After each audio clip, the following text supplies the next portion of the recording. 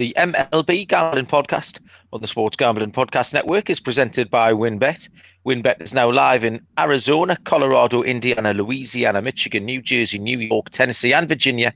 From same-game parlays to live in-game odds on every major sport, WynnBET is what you need to win. Sign up today and bet $100, win $100 at sportsgamblingpodcast.com/WynnBET. That's sportsgamblingpodcast.com/WYNNBET. Welcome, everybody, to the MLB Gambling Podcast on the Sports Gambling Podcast Network. My name is Malcolm Bamford. I am in Newcastle upon Tyne on the northeast coast of England. Today is November the 3rd. What day is it? Thursday, November the 3rd. It's my mum's birthday. I've just been down to see her. I should know that, really. And we are here to have a look over Game 5 of the World Series. Beautifully poised. We make some picks for Game 5. We're going to throw out some DFS as well later on. And we've got a three-man show tonight because joining us, the headmaster of the MLB Gambling Podcast, to audit me and Noah to make sure we're not getting up to anything too silly, is the machine himself, the hardest working man in the sports betting entertainment industry, Mr. Munaf Manji. Munaf, how are you doing? Doing well. Exciting game last night, at least for Astros fans. Coming off of the combined no-hitter, that was a lot of fun to watch. But yeah, we have a series, Malcolm. It's the best of three now, so definitely excited to discuss everything that's happened with you guys. And also joining us today, Mr. Noah Bennick. Noah, what's happening? Nothing too much. Just a nice little easy no-hitter to cover yesterday. Wasn't much, highlights to be tweeting out other than a little bit of Javier strikeouts and then 1 inning of Astros runs. Other than that, I feel like Phillies fans were leaving early. Like, what happened? This was like glory, destiny. I mean, it's been such an odd series. We talked about, again, the two things, the control of the Houston Astros against the roller coaster that was the Philadelphia Phillies. And we'd seen everything. We'd seen parts of it in the same game. And after Game 3, we said that Houston looked kind of shell-shocked, really. Philly attacked them early and often, hit, 6 home runs, I think.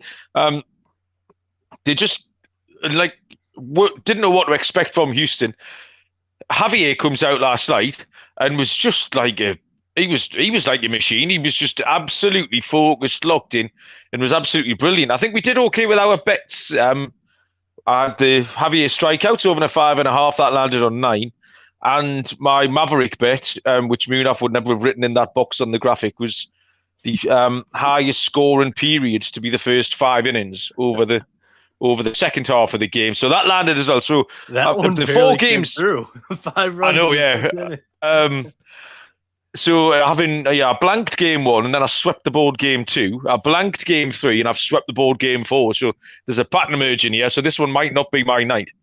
Sounds like the Astros in this series. Exactly right. But yeah, Moon, I haven't spoke to you much this series. So 4 games in, how have you enjoyed it, and what have you felt have been the important stuff that's been happening? Yeah, I mean, it's been a great series so far. I mean, look, both teams have gone back and forth here offensively. I think, we saw in Game 1, Astros got out to the 5-0 lead. Verlander coughs it up. Phillies, we talked about this when we were even previewing the World Series, guys, is that the Phillies, they have that no-quit attitude. Until that last out is recorded, they're not going to give up. And I think that was a prime example in Game 1. Astros bounced back in Game 2. Game 3, home run derby.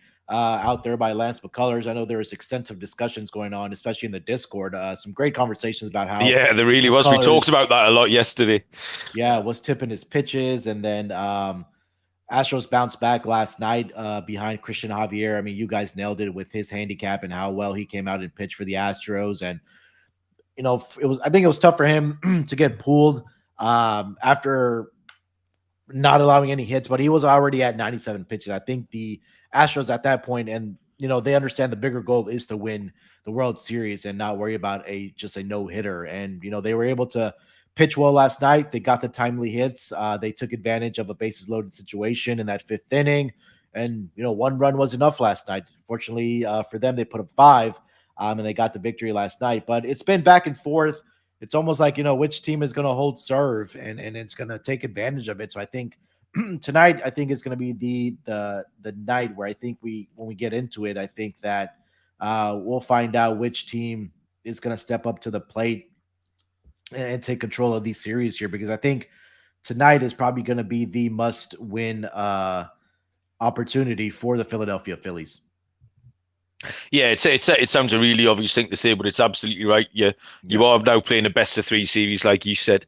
There's just been no pattern really to this series at all, so it's been really hard to handicap, get a handle. But that's what's made it all the fun, I suppose. What's going on in this chat here, huh?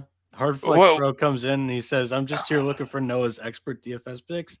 And then Malcolm goes, "Noah's out of form. I'm the hot hand now." You didn't even win last night. I didn't need to win. I beat you.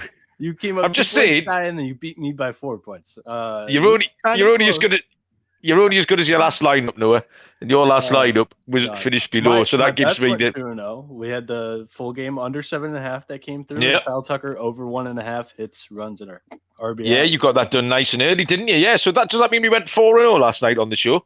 Yep. I think it does. So we'll move across to.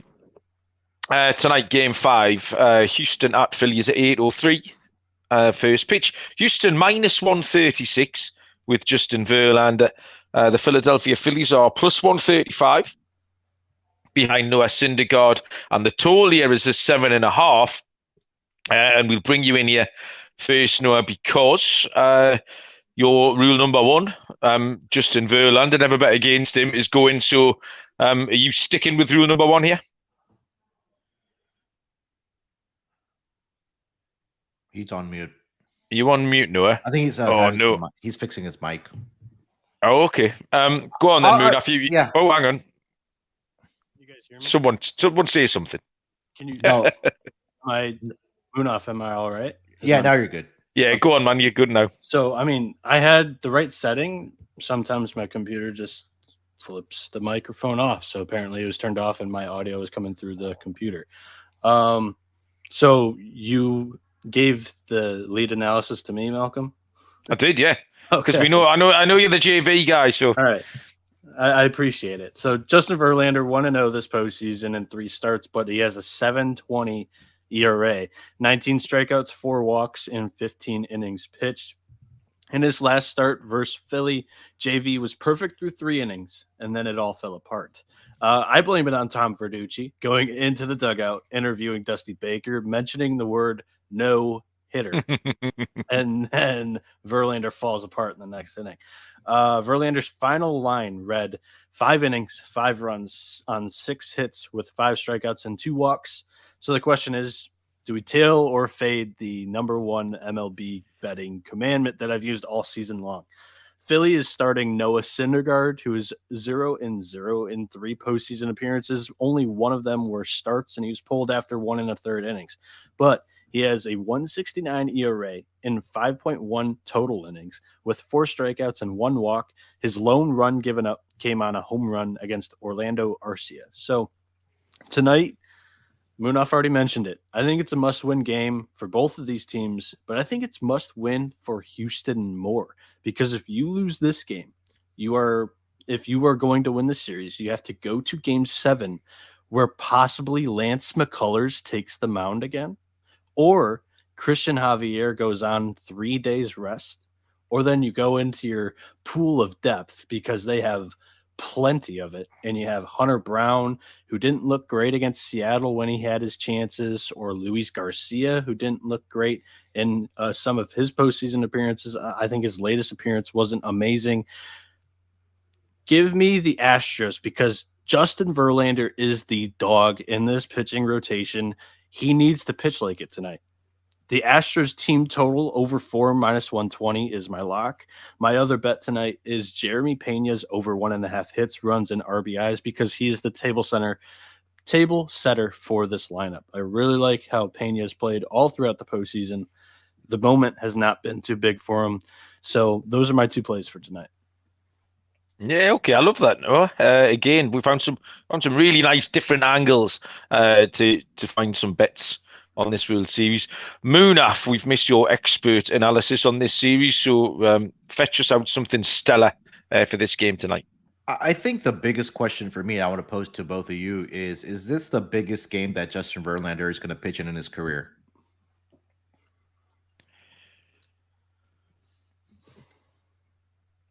No, it probably already happened. It probably happened in 2017 when he got that chance with the Astros. He really put that pitching staff on his back when he was traded over there. I would say probably happened in 2017, but he didn't pitch well in the World Series. Yeah. So I maybe it might be. I think the big stat is that he's 0-6 in the World Series. So he's now getting a 7th attempt at picking up a win. So yeah, probably is Munaf, because there's no way, as professional as he is, that is not going to be in the back of his mind. I mean, that's an incredible stat for someone like JV to be going up against that 0-6. So he's going to get on the top of that hill, and it won't take much for him to settle down. If he can get through an inning, I think he will settle down. But absolutely, it looked like he was going good. Yeah, that is. Yeah, they got to him, but it's just it's a big deal. That 0-6 has got to be. It's like being handcuffed to a ghost when he stood out on that mound tonight. So yeah, it's important. I think the one thing about just Verlander has been, especially I think we've talked about it during the regular season as well, he didn't have a lot of bad starts during the regular season. He did have that one against Seattle, excuse me, during the regular season, but he bounced back nicely after that start. And he tried to take a look at this postseason as well, right? That first meeting against the Mariners in the playoffs, where he got roughed up and he was tagged for some runs within those first couple of innings. But then against the Yankees, he bounced back very nicely. Same thing happened against the Phillies, right? I think it was the first or second or third inning where he looked great. He looked Cy Young, Justin Verlander. Like, it looked like he was going to get his first victory of his World Series career, but then he gave it back, right? And I think that for Justin Verlander here tonight, he's going to have to be in a spot where he's going to have that repeat performance that he did against the New York Yankees. And I think this is a big game. I think for the Astros, no one nailed it, that, hey, he's going to have to go out and pitch well here tonight. And I think that if he's able to do that this being pretty much, I think we can agree, a bullpen game for the Philadelphia Phillies, that if he's going to be out there, because the Astros used up a lot of bullpen guys last night to get that combined no-hitter, I think at minimum, Verlander is going to have to go at a minimum 6 innings here tonight for the Houston Astros, possibly 7, to kind of take some pressure off of that back end of the bullpen. Now, maybe you put in a guy like Luis Garcia if he's struggling, or maybe Jose Urquidy, somebody like that. But I think Verlander here tonight, I think he bounces back on the road. I think he's one of those pitchers that when he has a bad outing, he fixes his mistakes and he comes back and pitches beautifully the next night. So I think that's going to happen tonight for Justin Verlander. So I like the Astros here tonight as well. I think they take a 3-2 lead, coming back to Houston, where they have to win one of the next 2 games on their home field to hoist the championship. One of the things about Verlander facing the Mariners, I think that was the 8th time that they'd seen him this season. So, and that's not been the case with Philly at all. So I think Verlander should be able to make the adjustments and get that done tonight. As far as Syndergaard, we haven't really mentioned. I like Syndergaard. He's not the pitcher he once was. He was kind of up there as a little 1 in a 1A with DeGrom back in the day. Had some injury issues, went to the Angels, ended up with the Phillies. He's pitched sparingly so far. Was supposed to go in game 3 before the rain out. He's going to get maybe 40 pitches maximum tonight, 3 and in somewhere thereabouts. Yesterday we talked about the bullpens being fresh, incredibly fresh. Well, some bullets got fired last night out of that. There's a couple of players I like here. I like the over 7.5. Houston have scored 5-5, 0, and 5. The 0 was very much the outlier.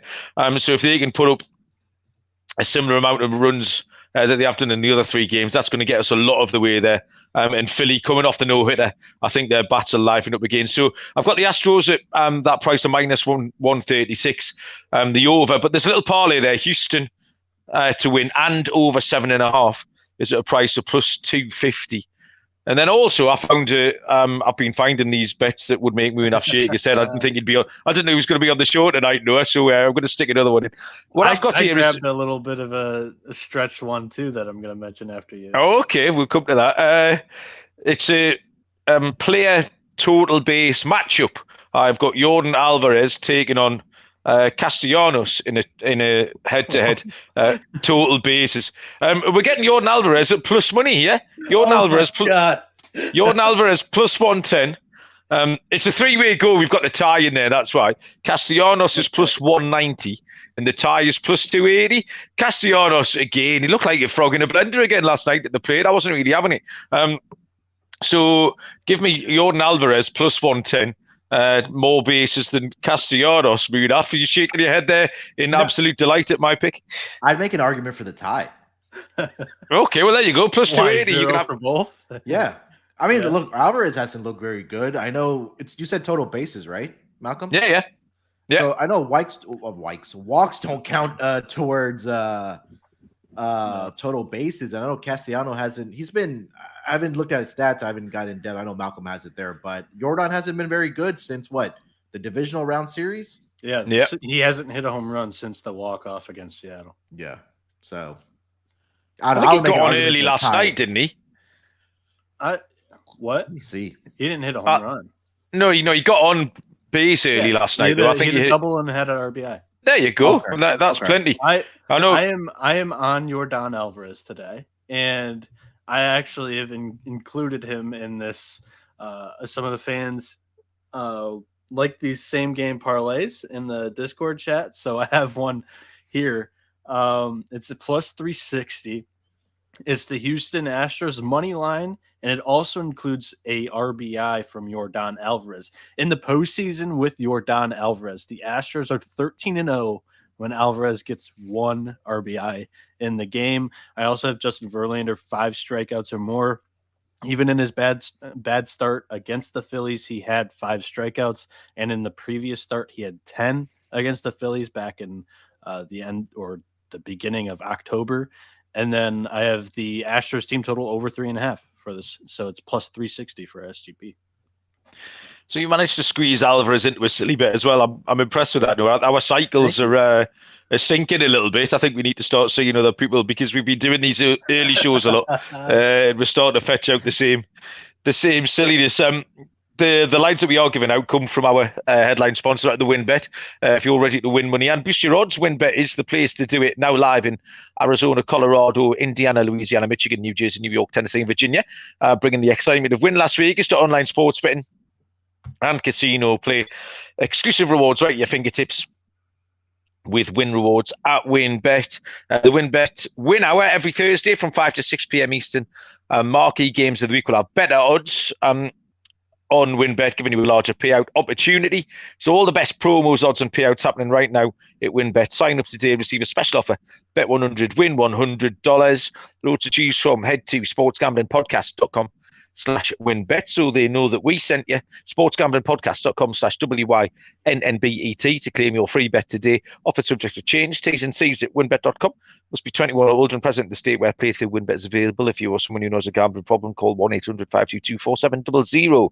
YouTube promo still going on. Get those Lawrence Taylor or Brian Dawkins autographed jerseys. Everybody's heroes. Sports Gambling Podcast YouTube channel is where you need to be. youtube.com/sports gambling podcast. Comment on a video. Each video is a new chance to win. The winner will be announced on Sunday's recap show, and you need to have your notifications on because you'll get one of those if indeed you did win. Okay, so the picks are in. We're going to throw the DFS lineup. Last night, I finished second. Go Bearcats, who was in the chat yesterday afternoon when we did the show live. Go Bearcats chinned me. I was a little bit unlucky. He captained Christian Javier. I had him in my team, but didn't captain him. That was the key. So I wasn't very far away. No, yours wasn't terrible, but finished a little bit further down. We also stuck with Ryan Hensley since we gave him out on the podcast. So you had a dead spot in your deal. Yeah, I had a dead spot. I did go out and I was going out to drink beer, as I informed everyone on the show yesterday. And I'll be honest with you, I have been as rough as the Badger's arse all day, and I still don't feel great. So, I didn't have time to get Hensley out. So, Moon, are you not a DFS player in general, or just not a baseball player? Why do you absolve yourself of this part? I'm not much of a DFS player. I know I actually over the past couple of years, my betting has gone toward like player props and stuff, which is pretty much DFS. What you're just building a lineup and stuff. So maybe something to get into next season and get in with you guys on the DFS. I know I did some with NBA last year when we had DFS games going nightly with the NBA guys. But yeah, maybe something to add to the portfolio next year. Excellent. Right, Noah, what have you got? Give us your thoughts and lead us off with your captain. I don't know. I'm high on it now because I saw some life out of him. Like Munaf said, it's been a little bit of a rough go this postseason for Yordan Alvarez, but I'm rostering him as my captain with that RBI double last night. Oh, that sounded like some keys that just fell. I have Yordan Alvarez at 14.7K as my captain. And like I mentioned, Astros, when they have Yordan Alvarez on the squad, they're 13-0 when he gets one RBI. Okay, well, I'm going to follow your lead from last night. You took Bregman last night. You made a great case for him, and he was probably the most important player out there last night, apart from Javier. Certainly with a bat in his hand, Bregman did the business for Houston. So yeah, give me Bregman. He looks locked in. He was talking a good game when I saw him interviewed afterwards as well. So I'll take Bregman at $13,200. My kind of thought on all of this was I've got all bats tonight. I didn't want any part of Syndergaard. I don't think many people will. Like we say, he's only going to go 40 pitches or so. And yeah, just you've got to take a little bit contrarian. I think the key to getting a lot of the batting was to leave Verlander out, so that'll be that. That was my theory. So yeah, all bats for me, and I'll start with Bregman. Who have you got next, Noah? Yeah, that's my thinking. Just to expand on your statement on Syndergaard, yesterday they dipped into their bullpen too in the fifth inning and they used some of the guys that would immediately support Syndergaard, like in the third or the fourth inning. They used a Brogdon, and I think Bilotti came out of the bullpen as well. The Phillies used some guys yesterday, so they're going to have to go with more of their leverage guys earlier, and they don't have the depth to string that along for 9 full innings. And as for Verlander, I feel like it's cheaper to assemble a all-batter lineup. How about you, Mel? Yeah, but that's exactly what I did. So, okay. Who did you follow up with? So followed up with at 8.4K, Jeremy Pena. Again, I'm high on him today as well. I am betting that over 1.5 hits, runs, and RBIs. And this guy, he has basically had a hit in every postseason game this year. So I really like Pena. Like I said, the moment just does not seem too big for the guy. Yeah, I wanted to get Alvarez in, but I just couldn't do it. And it was kind of a stars and scrubs thing. I did manage to get Bryce Harper in, though, at 9,600. Obviously, he's been the main man. Javier caught him out last night, actually. Javier did a really good job on Bryce Harper last night. So expect Bryce Harper to bounce back and put bat to ball tonight. So I'll take Harper at 9,600. At 7.2K, I'm going to follow that up with Yuli Gurriel. I think I've played him in every game so far, and he's scored in every game but game 2. And really, he's been the second best player this postseason for the Astros, and he's averaging 8.6 points, 8.6 fantasy points a game.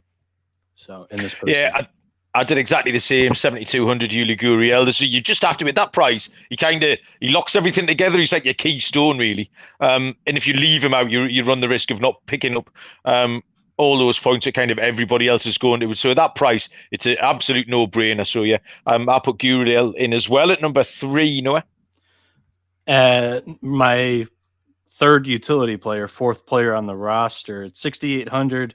We're going with Mr. Consistency in the 8-hole, and last night he was in the 9-hole, surprisingly, from the Astros. 5 points in every game this World Series. Chas McCormick, he's had a hit in game 1, game 2, game 3, game 4, and he's even had a walk in every single game. This dude gets on, or three games and 1 game he scored a run. So that's how he's gotten the 5 points in every game. He's just been so consistent.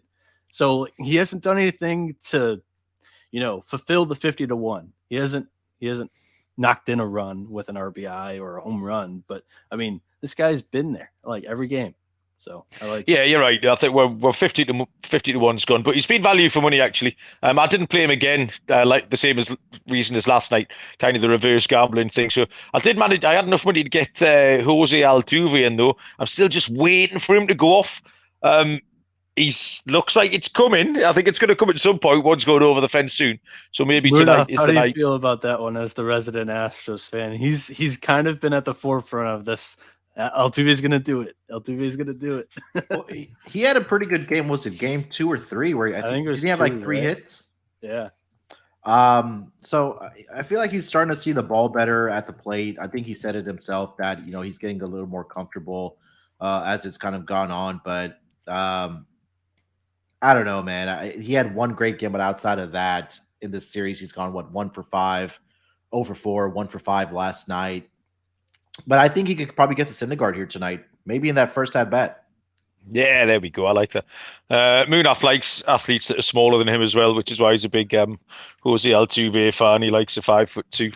I want to say athlete. We're 1 inch apart. I'm going to look up how tall he is while you guys finish up. I think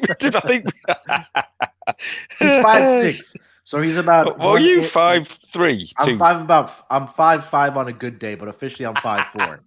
So he's about 2 inches taller than me. With your Cuban heels on. Next up, Brandon Marsh. I feel like he's made it into every lineup for me as well. $6,000 even.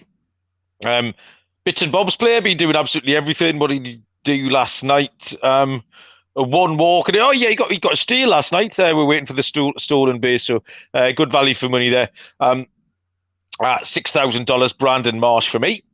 Great value for money, and he went 1 for 4 with a run scored, and he had a double off of Verlander in game 1. He's averaging just over 8 points per game in the World Series. I love that play as Brandon Marsh.